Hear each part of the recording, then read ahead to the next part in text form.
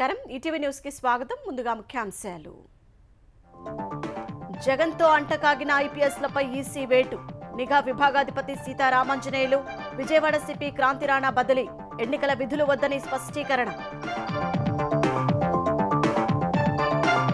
జగన్ ఉత్తరాంధ్రకు ఏం చేశారో చెప్పాలన్న చంద్రబాబు కూటమి ప్రభుత్వం రాగానే ప్రాజెక్టుల్ని పూర్తి చేస్తామని హామీ సభాపతి తమ్మినేని తీరుపై విమర్శలు జగన్ దగ్గరున్న 1,00,000 కోట్ల సంపద ప్రజలదేనన్న పవన్ సొంత పత్రికకు దోచిపెడుతున్నారని ధ్వజం చిరంజీవిపై వైకాపా విమర్శల్ని ఖండించిన జనసేనాని వచ్చే సీజన్ నుంచి వడ్లకు 500 రూపాయల బోనస్ ఇస్తామన్న రేవంత్ పాలమూరు ప్రాజెక్టులు పూర్తి చేస్తామని హామీ డీకే అరుణ ప్రవీణ్ కుమార్ తీరుపై ఆగ్రహం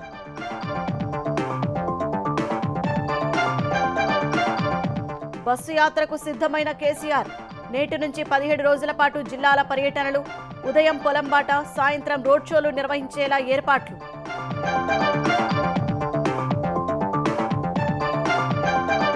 మంగళసూత్రాలపై ప్రధాని విమర్శలను తిప్పికొట్టిన ప్రియాంక దేశం కోసం తన తల్లి త్యాగం చేశారని వ్యాఖ్య ఆ విలువ మోదీకి ఏం తెలుసు అని నిలదీత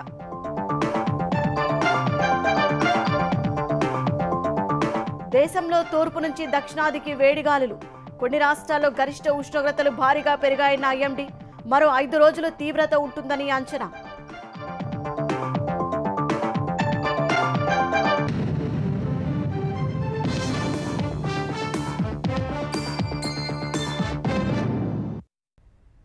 అధికార వైకాపాతో అంటకాగుతూ 5 ఏళ్లుగా ఆ పార్టీ అరాచకాలకు కొమ్ము కాస్తూ వచ్చిన 2 సీనియర్ ఐపీఎస్ అధికారులపై ఈసీ బదిలీ వేటు వేసింది నిఘా విభాగాధిపతి పిఎస్ఆర్ ఆంజనేయులు విజయవాడ సిపి కాంతిరాణా ఎన్నికల షెడ్యూల్ వచ్చాక కూడా వైకాపాకు అనుకూలంగా పనిచేస్తున్నారంటూ విపక్షాలు ఇచ్చిన ఫిర్యాదులపై సమగ్ర విచారణ జరిపిన ఈసీ వారిద్దరిపై చర్యలు తీసుకుంది తర్వాత స్థానాల్లో ఉన్న అధికారులకు బాధ్యతలు అప్పగించి తక్షణమే విధుల నుంచి రిలీవ్ కావాలని ఆదేశించింది సార్వత్రిక ఎన్నికలు పూర్తయ్యే వరకు వారికి ఎన్నికల విధులేవి అప్పగించొద్దని నిర్దేశించింది వీరి స్థానాల్లో వేరే వారిని నియమించేలా ఒక్కో పోస్టుకు 3 ఐపీఎస్ల పేర్లతో మధ్యాహ్నం 3 గంటల్లోగా ప్యానెల్ సమర్పించాలని సీఎస్ జవహర్ రెడ్డిని ఆదేశించింది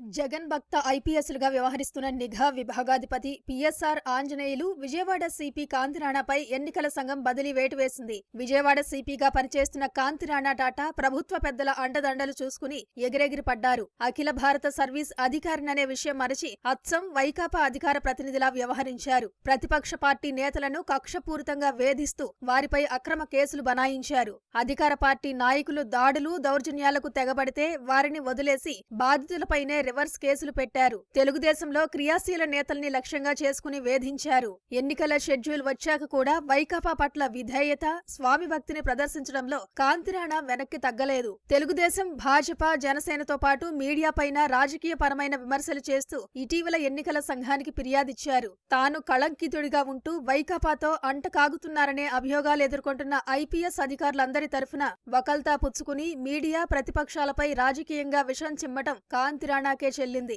ఇవే అంశాలతో ఐపీఎస్ అధికారుల సంఘం పేరిట ఆయనే ప్రకటన విడుదల చేసేశారు కానీ అదే ఎన్నికల సంఘం ఆయన వైకాపాతో అంటకాగుతున్నారనే ఫిర్యాదుల ఆధారంగా తాజాగా వేటు వేసింది ఐఆర్ఎస్ అధికారి అయిన కాంతిరాణా భార్య భువనేశ్వర్లో పనిచేస్తున్నారు ఆమెను ఆంధ్రప్రదేశ్ కు తీసుకొచ్చి వైద్యారోగ్య శాఖలో కీలక పోస్టింగ్ ఇప్పించుకున్నారు అందుకు ప్రతిఫలంగా అన్నట్లు వైకాపా అరాచకాలకు కొమ్ము కాశారు అనంతపురం రేంజ్ డీఐజీగా పనిచేసినప్పుడు మంత్రి పెద్దిరెడ్డి చెప్పిందే చట్టం అన్నట్లు పనిచేశారు తిరుపతి లోక్సభ ఉప ఎన్నికల్లో వైకాపా నాయకులు పెద్ద ఎత్తున దొంగ ఓటర్లను బస్సుల్లో తీసుకొస్తుంటే వారిని అడ్డుకోకపోగా అప్పటి ఎస్పీ అడ్డుకునేందుకు ప్రయత్నించగా ఆయన్ని నిలువరించారనే ఫిర్యాదులున్నాయి తిరుపతి లోక్సభ ఉప ఎన్నికల్లో అక్రమాలపై నమోదైన కేసుల్ని నీరుగార్చారు చంద్రబాబు నియోజకవర్గమైన కుప్పంలో పెద్దిరెడ్డి రామచంద్రారెడ్డి ప్రాతినిధ్యం వహిస్తున్న పుంగనూరులో తెలుగుదేశం శ్రేణులపై పెద్ద ఎత్తున అక్రమ కేసులు బనాయించారు స్థానిక సంస్థల ఎన్నికల్లో వైకాపా నాయకుల అక్రమాలకు వెన్నుదన్నుగా నిలిచారు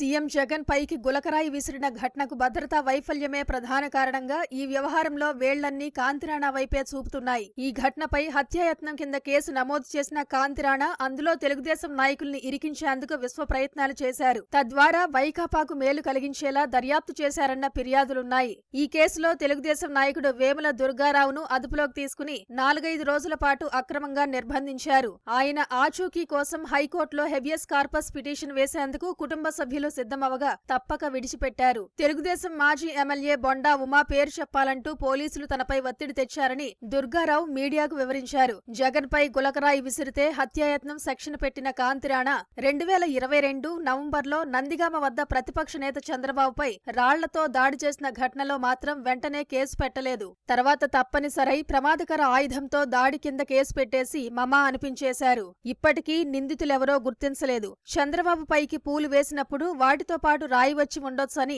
ఆ ఘటనపై అప్పట్లో వ్యంగ్యంగా మాట్లాడారు. సీఎం జగన్ కు పూలదండ వేసినప్పుడు గాయమైందని అంటున్నారు కదా అని ఇటీవల కాంతిరాణాను విలేకరులు ప్రశ్నించగా కాదు, రాయి విసరటం వల్లే జరిగిందని చెప్పారు. అధికార ప్రతిపక్షాల విషయంలో ఆయన ఎలా వ్యవహరిస్తారో చెప్పేందుకు ఈ ఉదంతం ఒక చిన్న ఉదాహరణ మాత్రమే. తెలుగుదేశం నాయకుడు చెన్నుపాటి గాంధీపై వైకాపా నాయకులు హత్యాయత్నానికి తెగబడితే వారిపై ఈగ వాలకుండా కాంతిరాణా కొమ్ము కాశారు. చేత్తో కొట్టడం వల్లే కంటికి గాయమైందంటూ ఆ ఘటనను చాలా తేలిగ్గా తీసిపారేశారు. వెంటనే కేసు నమోదు చేయలేదు. తర్వాత కూడా తేలికపాటి సెక్షన్లతో సరిపెట్టేశారు. సంకల్ప సిద్ధి కేసులో అధికార పార్టీ ముఖ్య నాయకుల్ని తప్పించారనే ఫిర్యాదులున్నాయి. మంత్రి జోగి రమేష్ చంద్రబాబు ఇంటిపైకి దండయాత్రగా వెళుతుంటే ఆ సమాచారం ముందుగానే తెలిసి ఆయన్ను నిలువరించకపోగా పరోక్షంగా సహకరించారన్న విమర్శలున్నాయి. ఇటీవల నందిగామలో తెలుగుదేశం నాయకులపై దాడి జరిగితే రివర్స్ లో బాధితులపైనే కేసులు నమోదు చేసిన ఘనత కాంతిరాణాదే.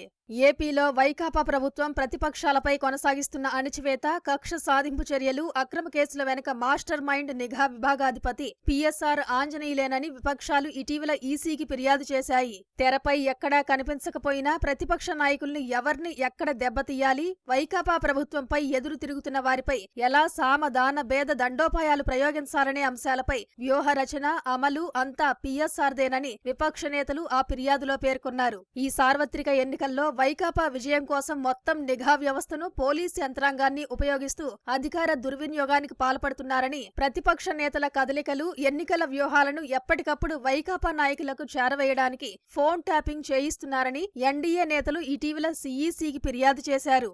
నిఘా విభాగాధిపతిగా ఆయన్ను కొనసాగిస్తే స్వేచ్ఛాయుత, నిష్పక్షపాత ఎన్నికల నిర్వహణకు అది మరణ శాసనం అవుతుందంటూ ఫిర్యాదులో స్పష్టం చేశారు. ప్రతిపక్ష పార్టీలకు వ్యతిరేకంగా ఆయన అనైతిక చర్యలకు పాల్పడుతున్నారని, వైకాపా ప్రభుత్వంలో అన్నిటా అగ్ర ప్రాధాన్యం పొందుతున్న ఒకే సామాజిక వర్గానికి చెందిన అధికారులతో నిఘా విభాగాన్ని పూర్తిగా నింపేశారని ఫిర్యాదులో పేర్కొన్నారు. వాటన్నిటినీ పరిశీలించిన ఎన్నికల సంఘం ఆయనపై వేటు వేసింది.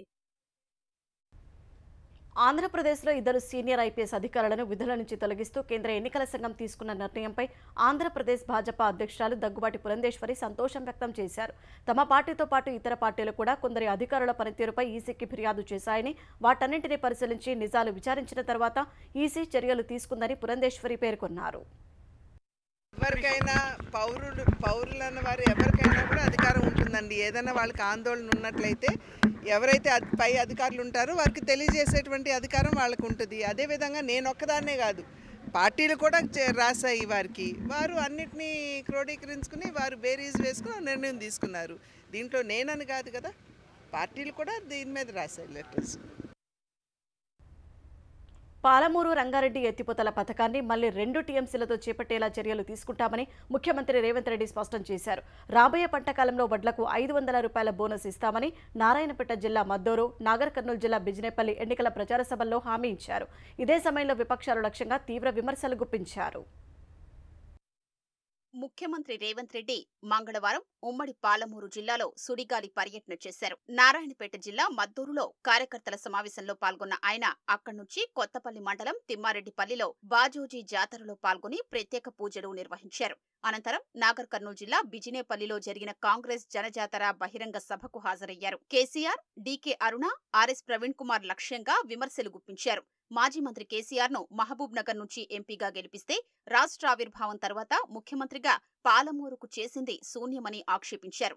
ఆర్ఎస్ ప్రవీణ్ కుమార్ కు ఓటేస్తే అది కేసీఆర్ కు వెళుతుందని, ఆయన దాన్ని భాజపాకు అమ్ముకుంటారని ఎద్దేవా చేశారు. మిత్రుడు ప్రవీణ్ కుమార్ ఎవరికైతే వ్యతిరేకంగా మీరు రాజీనామా చేసిండ్రో, ఎవరినైతే 4 కోట్ల తెలంగాణ ప్రజలు తిరస్కరించి 100 మీటర్ల గోతి తీసి పాతి పెట్టిర్రో, ఇవాళ నువ్వు మళ్ళా సమాధుల కాడ పోయి ఆ సమాధులకు పూల దండలేసి సమాధిలో పాతుకుపోయిన చంద్రశేఖరరావును ఎందుకు భుజాల మీద పెట్టి మోసుకొని తిరగాలనుకుంటున్నావు? నరేంద్ర మోడీ ఒక రకం మోసం చేస్తే చంద్రశేఖరరావు ఇంకొక రకంగా అన్యాయం చేశాడు. వర్గీకరణకు వ్యతిరేకంగా 10 ఏళ్ళు పనిచేసిన చంద్రశేఖరరావు పక్కన మీరు చేరి ఇవాళ మీరు ఓట్లు అడుగుతారు. ఇవాళ ప్రవీణ్కు ఒకవేళ అప్పితప్పి మీరు ఓటేస్తే చంద్రశేఖరరావు తీసుకుపోయి నరేంద్ర మోడీకి తెగ నమ్ముకుంటాడు. ఇవాళ మనం అందరం ఏకమై మళ్ళీ 2 టీఎంసీలతోని పాలమూరు రంగారెడ్డి ఎత్తిపోతల పూర్తి చేసే బాధ్యత నాది.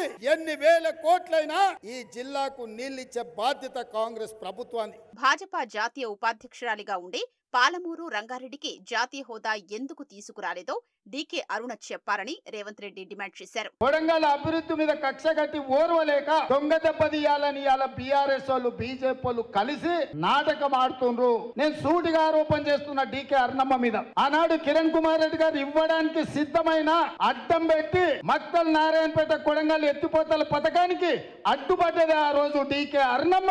నేనేదో కక్ష కట్టిన అరుణమ్మ గారిని నేనేదో అవమానిస్తున్నాను అంటారు. అమ్మ తల్లి, నేను ఈ రాష్ట్రానికి ముఖ్యమంత్రిని. ఇవాళ మాకు అవకాశం వచ్చింది చేసుకుందాం అంటే మళ్ళా నువ్వు నరేంద్ర మోడీ చేతిలో కత్తివై ఇవాళ మా పాలమూరు కడుపులో ఓడుస్తుంటే వద్దు తల్లి అని చెప్పిన. నీ సొంత గద్వాలనే మన ఎన్నికల్లో నువ్వు పోటీ చేయలేదు. నీ పార్టీ తరఫున పోటీ పెడితే నీ సొంత ఊర్లోనే డిపాజిట్ పోయినాక నేను ఆవిడ మీద ఎందుకు బాధపడతా, లేకపోతే ఆవిడ మీద ఎందుకు కోపం పడతా? పాలమూరు జిల్లాలో తనకు ఎవ్వరూ శత్రువులు లేరని స్పష్టం చేసిన రేవంత్ ఉమ్మడి జిల్లాను సమగ్రాభివృద్ధి చేయడమే తన జీవిత లక్ష్యమని వివరించారు. లోక్సభ ఎన్నికల కోసం భారత అధినేత కేసీఆర్ నేటి నుంచి బస్సు యాత్ర చేపట్టనున్నారు. మిర్యాలగూడ నుంచి ప్రారంభం కానున్న బస్సు యాత్ర వచ్చే నెల 10వ తేదీన సిద్దిపేటలో ముగియనుంది. ఈ మధ్యాహ్నం 1 గంటకు తెలంగాణ భవన్లో తెలంగాణ తల్లి విగ్రహానికి పూలమాల వేసిన అనంతరం కేసీఆర్ బస్సు యాత్రను ప్రారంభించనున్నారు. అక్కడి నుంచి ఉప్పల్ ఎల్బీనగర్ మీదుగా మిర్యాలగూడ వెళ్లనున్న గులాబీ దళపతి సాయంత్రం 5:30 గంటలకు అక్కడ జరిగే రోడ్ షోలో ప్రసంగిస్తారు. అనంతరం రాత్రి 7 గంటలకు సూర్యాపేట రోడ్ షోలో పాల్గొంటారు. ఈ బస్సు యాత్రలో మొత్తం 17 రోజుల పాటు 12 లోక్సభ నియోజకవర్గాల్లో కేసీఆర్ రోడ్ షోలు నిర్వహిస్తారు. చివరి రోజైన మే 10వ తేదీన సిరిసిల్లలో రోడ్ షో, సిద్దిపేటలో బహిరంగ సభ నిర్వహించి యాత్రను ముగిస్తారు. హైదరాబాద్, సికింద్రాబాద్, చేవెళ్ల, మల్కాజ్గిరి, ఆదిలాబాద్ మినహా మిగిలిన నియోజకవర్గాల్లో కేసీఆర్ రోడ్ షోలు జరగనున్నాయి.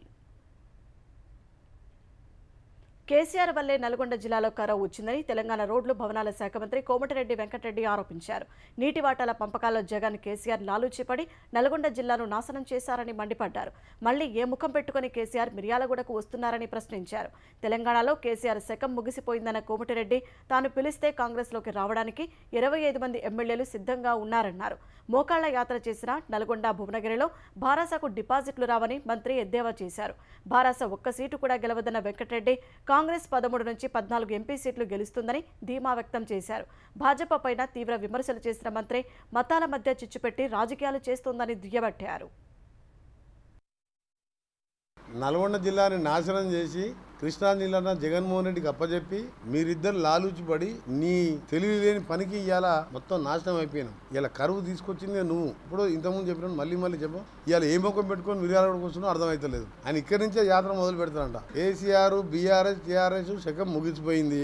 రేపు కట్టెపట్టుకుని నడుచుకొచ్చి ఎన్ని చెప్పినా నమ్మరు. ఎందుకంటే 10 ఏళ్ళలో ఒక ఇల్లు కట్టనోనివి, ఒక ఉద్యోగం ఇయ్యనోనివి ఇవాళ నువ్వు యాత్ర చేస్తే ఏమైతే చెప్పు. నేను ఒకటే ఛాలెంజ్ చేస్తాను, ఒక మెదక్ సీటు గెలిపించుకో చాలు కేసీఆర్ను. కేసీఆర్ తెలంగాణ రాజకీయాలను తిరిగి శాసించాలంటే ఈ లోక్సభ ఎన్నికల్లో 10 నుంచి 12 స్థానాల్లో గెలిపించాలని మాజీ మంత్రి కేటీఆర్ విజ్ఞప్తి చేశారు. వరంగల్లో జరిగిన ఎన్నికల ప్రచారంలో పాల్గొన్న కేటీఆర్ కాంగ్రెస్కు ఓటు వేసి మరోసారి ప్రజలు మోసపోవద్దని చెప్పారు. భాజపాను ఎదుర్కొనే దమ్ము ముఖ్యమంత్రి రేవంత్ రెడ్డికి లేదని, ఆ పార్టీతో లోపాయికారి ఒప్పందం ఉందని ఆరోపించారు. కుమార్తెకు పార్టీ టికెట్ ఇచ్చిన తర్వాత కడియం శ్రీహరి పార్టీ మారడం ఎక్కడి అన్యాయమని కేటీఆర్ ప్రశ్నించారు. ప్రస్తుత ఎన్నికలు నిబద్ధత గల నాయకులకు, విశ్వాసఘాతుకులకు మధ్య జరుగుతున్న పోరుగా కేటీఆర్ పేర్కొన్నారు. ఇలాంటి ద్రోహులకు ఓట్లతో బుద్ధి చెప్పాలని ప్రజలను కోరారు. చేతుల స్వర్గం చూపెట్టిరు. ఎన్నికలకు ముందేమో అభయహస్తం, ఎన్నికలు అయిపోయినాకనేమో భస్మాసుర హస్తం. ఇప్పుడు మళ్ళా మోసం పార్ట్ 2. మోసం పార్ట్ 1 ఏమో అసెంబ్లీ ఎన్నికల కోసం, మోసం పార్ట్ 2 ఏమో పార్లమెంట్ ఎన్నికల కోసం. నిజంగానే కేసీఆర్ తిరిగి రావాలి అని మీరు అనుకుంటే, కేసీఆర్ గారు మళ్ళీ రాష్ట్ర రాజకీయాన్ని శాసించే రోజు రావాలి, అని మీరందరూ అనుకుంటే పార్లమెంట్ ఎన్నికల్లో మాకు ఒక 10-12 సీట్లు ఇవ్వండి, మళ్ళీ సంవత్సరం లోపలనే రాష్ట్ర రాజకీయాన్ని కేసీఆర్ గారే శాసించే పరిస్థితి తిరిగి వస్తుందనే మాట కూడా నేను మీకు విజ్ఞప్తి చేస్తా ఉన్నా. సీఎం జగన్ ఉత్తరాంధ్రకు ఏం చేశారో చెప్పాలని తెలుగుదేశం అధినేత చంద్రబాబు ప్రశ్నించారు. 5 ఏళ్లుగా ఉత్తరాంధ్ర దోచుకోవడం తప్ప ఉరగబెట్టిందేమీ లేదని ధ్వజమెత్తారు. కూటమి ప్రభుత్వం అధికారంలోకి రాగానే ప్రాజెక్టులను పూర్తి చేస్తామని హామీ ఇచ్చారు. అదే సమయంలో స్థానిక ఎమ్మెల్యే సభాపతి తమ్మినేనిపై తీవ్ర స్థాయిలో విమర్శలు సంధించారు. ప్రజాగళం సభల్లో భాగంగా శ్రీకాకుళం జిల్లా ఆముదాల వలసలో నిర్వహించిన బహిరంగ సభలో చంద్రబాబు పాల్గొన్నారు. సభకు వచ్చిన ప్రజలను చూస్తుంటే ప్రభుత్వంపై ఉన్న వ్యతిరేకత ఏంటో అర్థమవుతోందన్న ఆయన వైకాపా ప్రభుత్వం ఎప్పుడెప్పుడు కూలిపోతుందా అని ప్రజలు ఎదురు చూస్తున్నారని పేర్కొన్నారు. తెలుగుదేశం, జనసేన, భాజపా కూటమి ఆడబిడ్డల భవిష్యత్తు కోసమేనని చంద్రబాబు స్పష్టం చేశారు. ఇదే సమయంలో సభాపతి తమ్మినేనిపై విమర్శలు గుప్పించారు. ఇక ఇక్కడ ఉన్న డమ్మా బుస్ నేత పని అయిపోయింది. అతని ఆటలు, వేషాలు, డ్రామాలు 19 రోజులే తమ్ముళ్ళు. ప్రజలు కొట్టే దెబ్బకి ఈ డమ్మా బుస్ ఎమ్మెల్యే ఒరిస్సాకు పారిపోతాడు. ఆముదాల వలసని ఊట్ చేశాడా లేదా ఈ తమ్మినేని? కడాని ఏ పని జరగాలన్నా ఆయన ఇంట్లో వాళ్ళకు కూడా బంగారు కానుకలు సమర్పిస్తేనే ఆ ఇంట్లో దేవతలు కనికరిస్తాయి. బదిలీల్లో కూడా స్థాయిని బట్టి 1 లక్ష నుంచి 10 లక్షల వరకు రేట్లు ఫిక్స్ చేసి వ్యాపారం చేసే పరిస్థితి వచ్చాడు. వంశధార, నాగావళితో పాటు వంశధార ఫేజ్ 2 పూర్తి చేసే బాధ్యత తాను తీసుకుంటానని హామీ ఇచ్చిన చంద్రబాబు కూటమి అధికారానికి వస్తే అమలు చేసే పథకాలను వివరించారు. రైతుకు ఆదాయం పెంచే మార్గం, కరెంటు ఉత్పత్తి చేసే మార్గం, సోలార్ ద్వారా వచ్చే మార్గానికి నేను శ్రీకారం చుడతానని చెప్పి కూడా నేను మీకు తెలియజేస్తున్నా. 20 లక్షల ఉద్యోగాలు ఇస్తాం. ఉద్యోగం వచ్చే వరకు నిరుద్యోగ భృతి 3000 ఇస్తానని మీ అందరికి హామీ ఇస్తున్నా. ఇక్కడుండే యువత ప్రపంచంలోనే ఒక శక్తివంతమైన యువతగా నాలెడ్జ్ ఎకానమీలో తీర్చే బాధ్యత నాదని మీ అందరికి హామీ ఇస్తున్నా. చదువు చెప్పవలసిన టీచర్ ని లిక్కర్ షాప్ దగ్గర కాపలా పెట్టాడా లేదా అని మిమ్మల్ని అడుగుతున్నా. 5 ఏళ్లు మిమ్మల్ని పెట్టిన చిత్రహింసలు మర్చిపోతారా అని మిమ్మల్ని అడుగుతున్నా. 100 కోట్లు కొట్టేసి చెల్లెలకి డబ్బులు ఇవ్వకుండా అప్పిచ్చిన దుర్మార్గుడు ఈ జగన్మోహన్ రెడ్డి. అలాంటి అన్న మనకు వద్దని మరొకసారి మా ఆడబిడ్డలందరినీ కోరుతున్నా. ఆముదాల వలస నుంచి వలసలు వెళ్లకుండా చూస్తామని శ్రీకాకుళం ఎంపీ అభ్యర్థి రామ్మోహన్ నాయుడు హామీ ఇచ్చారు. మే 13న జరిగే ఎన్నికల్లో ప్రజలు ఆలోచించి ఓటెయ్యాలని కూటమి అసెంబ్లీ అభ్యర్థి కోన రవికుమార్ కోరారు. జగన్ దగ్గరున్న 1 లక్ష కోట్ల సంపద ప్రజలదేనని జనసేన అధినేత పవన్ కళ్యాణ్ ఆరోపించారు. ఒకప్పుడు ఇల్లు గడవడం కూడా కష్టంగా ఉందని మాజీ సీఎం రాజశేఖర రెడ్డి చెప్పారన్న పవన్ అలాంటి జగన్కు ఇంత సొమ్ము ఎక్కడిదని ప్రశ్నించారు. కాకినాడ జిల్లా కొత్తపల్లి మండలం ఉప్పాడలో వారాహి విజయబేరి సభలో పాల్గొన్న పవన్ ప్రజల సొమ్మును వైకాపా నేతలు దోచేస్తున్నారని మండిపడ్డారు. సాక్ష్యపత్రికకు జగన్ ప్రభుత్వ ఖజానా నుంచి దర్జాగా దోచిపెడుతున్నారని మండిపడ్డారు. కూటమి నేతలతో పాటు చిరంజీవి, రజనీకాంత్ పై సజ్జల రామకృష్ణారెడ్డి విమర్శలు చేయడం మానుకోవాలన్న పవన్ తీరు మారకుంటే తీవ్ర పరిణామాలు ఉంటాయని హెచ్చరించారు. మనకి ప్రభుత్వ సలహాదారు సజ్జల రామకృష్ణారెడ్డి చాలా బాధపడిపోతారు. ఇంతమంది కలిసి వచ్చిన ఏమో నక్కలు, తోడేళ్లు, ఇంకా రకరకాల మాట్లాడారు. సజ్జల రామకృష్ణారెడ్డి గారు ఒకటే చెప్తున్నారు, సింహాలు సింగిల్ గా వస్తాయని మీరు ఎక్కువ మాట్లాడుతున్నారు. సజ్జల రామకృష్ణారెడ్డి గారు మనం ఉంటుంది జంతు ప్రపంచంలో కాదండి, మానవ ప్రపంచంలో ఉన్నాం. సజ్జల రామకృష్ణారెడ్డి గారు నువ్వు చిరంజీవి గారి జోలికి రాకాయ పెద్ద మనిషి. ఎందుకంటే అతను పద్మవిభూషణ్ బిరుదాంకితుడు. రజనీకాంత్ గారు కూడా దాదాసాహెబ్ ఫాల్కే అవార్డు గ్రహీత. చంద్రబాబు గారి గురించి మాట్లాడితే ఆయన్ని తిడతాం, పద్మవిభూషణ్ చిరంజీవి గారిని తిడతాం. ఏం ఒళ్ళు కళ్ళు పైకి ఎక్కినాయా మీకు? అంత ఎక్కేసినాయా మీకు? నేను మీలాంటి గుండా విధంగా మాట్లాడడం చాలా మంది చూసి వచ్చాను. నేను చాలా తెగించి వచ్చాను రాజకీయాల్లోకి. సో నోరు అదుపులో పెట్టుకుని మాట్లాడండి సజ్జల రామకృష్ణారెడ్డి గారు. తెలుగుదేశం, జనసేన అధినేతలు చంద్రబాబు, పవన్ కళ్యాణ్ ఇవాళ రేపు సంయుక్తంగా ప్రచారం చేయనున్నారు. తొలి విడతగా ఉమ్మడి ఉభయ గోదావరి జిల్లాలో ప్రచారం చేసిన నేతలు ఇవాళ ఉత్తరాంధ్రలో పర్యటించనున్నారు. నేడు విజయనగరం, నెల్లిమర్ల నియోజకవర్గాల్లో ప్రజాగళం, వారాహి విజయబేరి సభలు నిర్వహించనున్నారు. రేపు రాయలసీమలోని రాజంపేట, రైల్వే కోడూరు నియోజకవర్గాల్లో 2 అధినేతల ప్రచారం సాగనుంది. తెలుగుదేశం నేత నల్లమిల్లి రామకృష్ణారెడ్డి భాజపా తీర్థం పుచ్చుకున్నారు. విజయవాడలోని కార్యాలయంలో భాజపా ఏపీ అధ్యక్షులు పురంధేశ్వరి, ఎన్నికల ఇన్ఛార్జీలు సిద్ధార్థనాథ్ సింగ్, అరుణ్ సింగ్ సమక్షంలో పార్టీలో చేరారు. నల్లమిల్లి రామకృష్ణారెడ్డి అనపర్తి అసెంబ్లీ స్థానం నుంచి కూటమి తరపున పోటీ చేయనున్నట్లు పురంధేశ్వరి వెల్లడించారు. అనపర్తి నుంచి భాజపా తరపున తొలుత శివరామకృష్ణరాజును ప్రకటించినప్పటికీ స్థానిక పరిస్థితులు, విజయావకాశాలు బేరీజు వేసుకున్న తర్వాత నల్లమిల్లి రామకృష్ణారెడ్డిని భాజపాలో చేర్చుకుని తమ పార్టీ అభ్యర్థిగా ప్రకటించారు. నల్లమిల్లి రామకృష్ణారెడ్డి భాజపాలో చేరి ఆ పార్టీ తరపున పోటీ చేస్తుండడం వల్ల దెందులూరు తెలుగుదేశం అభ్యర్థిగా చింతమనేని ప్రభాకర్కు మార్గం సుగమమైంది. అనపర్తి లేదా దెందులూరులో పోటీ చేయాలని భాజపా పట్టుబట్టగా దెందులూరు మాజీ ఎమ్మెల్యే చింతమనేని పోటీపై సస్పెన్స్ కొనసాగింది. ఆయనకు తెలుగుదేశం పార్టీ బీఫామ్ కూడా అందలేదు. అయితే తెలుగుదేశం పార్టీ ఉపాధ్యక్షునిగా ఉన్న నల్లమిల్లి భాజపాలో చేరి ఆ పార్టీ తరపున అనపర్తి నుంచి పోటీ చేస్తుండడం వల్ల దెందులూరులో చింతమనేనికి పోటీకి మార్గం సుగమమైంది. తెలుగుదేశం పార్టీలో ఇంకా బీఫామ్ అందుకొని నరసరావుపేట, తంబలపల్లి అభ్యర్థులపై సందిగ్ధత కొనసాగుతోంది. ఏప్రిల్ నెలలో పింఛన్ల పంపిణీల లోపాలు, వాటి వల్ల లబ్ధిదారులకు తలెత్తిన సమస్యల పునరావృతం కాకుండా చర్యలు తీసుకోవాలని ఎన్నికల సంఘాన్ని కోరినట్లు సిటిజన్స్ ఫర్ డెమోక్రసీ ప్రధాన కార్యదర్శి నిమ్మగడ్డ రమేష్ కుమార్ తెలిపారు. పింఛన్ల పంపిణీకి అవసరమైన సిబ్బంది అందుబాటులో ఉన్నప్పటికీ రాజకీయ ప్రయోజనాల కోసం ఆలస్యం చేశారని అభిప్రాయపడ్డారు. మే నెలలో 1-2 తేదీల్లో లబ్ధిదారులకు పింఛన్లు అందించేలా ఏర్పాట్లు చేయాలని అధికారుల దృష్టికి తీసుకెళ్లినట్లు నిమ్మగడ్డ తెలిపారు. ఈ అంశంపై కోర్టును సైతం ఆశ్రయించామన్న ఆయన సానుకూల నిర్ణయం వస్తుందని ఆశాభావం వ్యక్తం చేశారు. దీంట్లో సున్నితమైన ప్రజా ప్రయోజనాలు మూడుకున్న తరుణంలో రాజకీయ లబ్ధి కోసం ఈ పెన్షన్ల పంపిణీ జరగకూడదు అనేది సిఎఫ్డి అభిమతం. అలా జరగడానికి ఏమాత్రం వీలు లేదు, అవకాశం లేదు. మనకు చాలా సమర్థవంతమైన యంత్రాంగం ఉంది. యంత్రాంగం స్పందించి చక్కగా చేసినట్లయితే గత నెలలో జరిగినట్టు 7-8 తారీఖుల దాకా ఈ కార్యక్రమాన్ని పొడిగించి ప్రజల్ని ఇబ్బంది పెట్టే పరిస్థితులు పునరావృతం కాకూడదు అని ఒక గట్టి నిర్ణయంతో సిఎఫ్డి ఉంది. దీని గురించి పావులు కదుపుతున్నాం. తొందరలో అన్ని విషయాలు మీకు పంచుకుంటాం. తెలంగాణలో లోక్సభ ఎన్నికల్లో పోటీ చేస్తున్న పార్టీ అభ్యర్థులకు కాంగ్రెస్ బీఫామ్లు అందజేసింది. 14 మంది లోక్సభ అభ్యర్థులు బీఫామ్ తీసుకున్నట్లు పీసీసీ వర్గాలు తెలిపాయి. మంగళవారం సాయంత్రం భువనగిరి అభ్యర్థి చామల కిరణ్ కుమార్ రెడ్డి, సికింద్రాబాద్ అభ్యర్థి దానం నాగేందర్, మెదక్ అభ్యర్థి నీలం మధు బీఫామ్లు తీసుకున్నారు. ఏఐసీసీ ఇన్ఛార్జి కార్యదర్శి Rohit Chaudhary, PCC working president Mahesh Kumar Goud, CM సలహాదారులు వేం నరేందర్ రెడ్డి, హర్కర్ వేణుగోపాల్ బీఫామ్లు అందజేశారు. నల్గొండ, వరంగల్, ఆదిలాబాద్, నిజామాబాద్, పెద్దపల్లి, జహీరాబాద్, మహబూబ్ నగర్, నాగర్ కర్నూల్, మల్కాజ్గిరి, మహబూబాబాద్ అభ్యర్థులకు కూడా బీఫామ్లు ఇచ్చినట్లు పీసీసీ వర్గాలు తెలిపాయి. ఇప్పటికే నామినేషన్లు వేసినప్పటికీ ఖమ్మం, కరీంనగర్, హైదరాబాద్ లోక్సభ నియోజకవర్గాలకు అధికారికంగా ప్రకటన వచ్చే వరకు బీఫామ్లు ఇచ్చే అవకాశం లేదని పార్టీ వర్గాలు వెల్లడిస్తున్నాయి. ఇవాళ ఆ 3 నియోజకవర్గాలకు చెందిన అభ్యర్థులను అధికారికంగా ప్రకటన చేస్తారని పీసీసీ వర్గాలు తెలిపాయి. దేశం కోసం తన తల్లి సోనియా గాంధీ మంగళసూత్రాన్ని త్యాగం చేశారని కాంగ్రెస్ అగ్రనాయకురాలు ప్రియాంక గాంధీ అన్నారు. ప్రజల వద్ద ఉన్న బంగారం సహా సంపద మొత్తం సర్వే చేసి కాంగ్రెస్ అందరికీ పునఃపంపిణీ చేస్తుందని, మహిళల మంగళసూత్రాన్ని వదలదంటూ ప్రధాని మోదీ చేసిన ఆరోపణలపై ప్రియాంక మండిపడ్డారు. లోక్సభ ఎన్నికల ప్రచారంలో భాగంగా కర్ణాటకలోని బెంగళూరులో జరిగిన ప్రచార సభలో పాల్గొన్న ప్రియాంక యుద్ధ సమయంలో తన నానమ్మ, మాజీ ప్రధాని ఇందిరాగాంధీ తన బంగారాన్ని విరాళంగా ఇచ్చేశారని గుర్తు చేశారు. భారత్ గత 75 ఏళ్లుగా స్వేచ్ఛగా ఉందని, 55 ఏళ్లు అధికారంలో ఉన్న కాంగ్రెస్ మీ బంగారాన్ని, మంగళసూత్రాన్ని ఎప్పుడైనా లాక్కుందా అని ప్రియాంక ప్రశ్నించారు. దేశంలో ప్రస్తుతం ఇలాంటి చర్చలు జరుగుతున్నాయని ఆమె మండిపడ్డారు.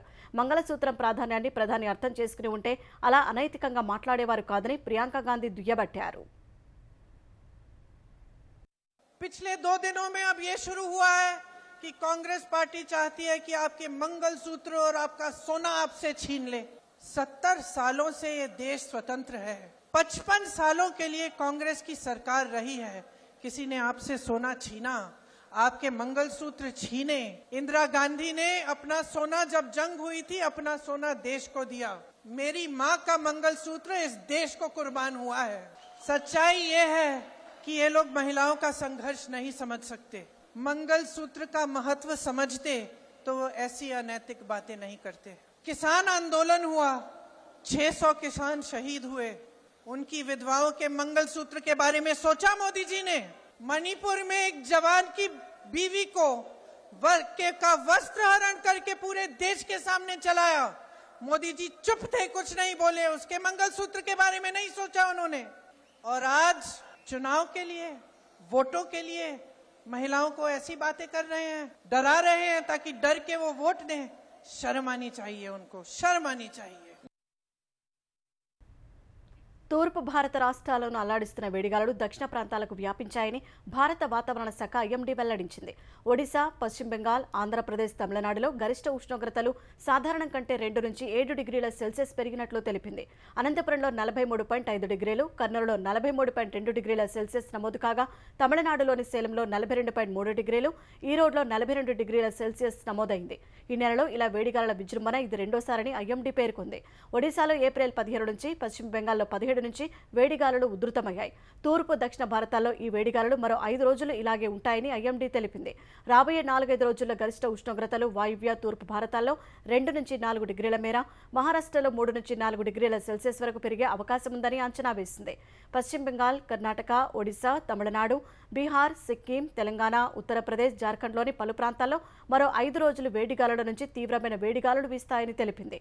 తీర ప్రాంతాల్లో ఉన్న ఆంధ్రప్రదేశ్, తమిళనాడు, పుదుచ్చేరి, కర్ణాటక, గోవా, కేరళ, అసోం, మేఘాలయ, త్రిపుర, బీహార్లో గాలిలో తేమ అధికంగా ఉండి ప్రజలు అసౌకర్యానికి గురయ్యే అవకాశం ఉందని తెలిపింది.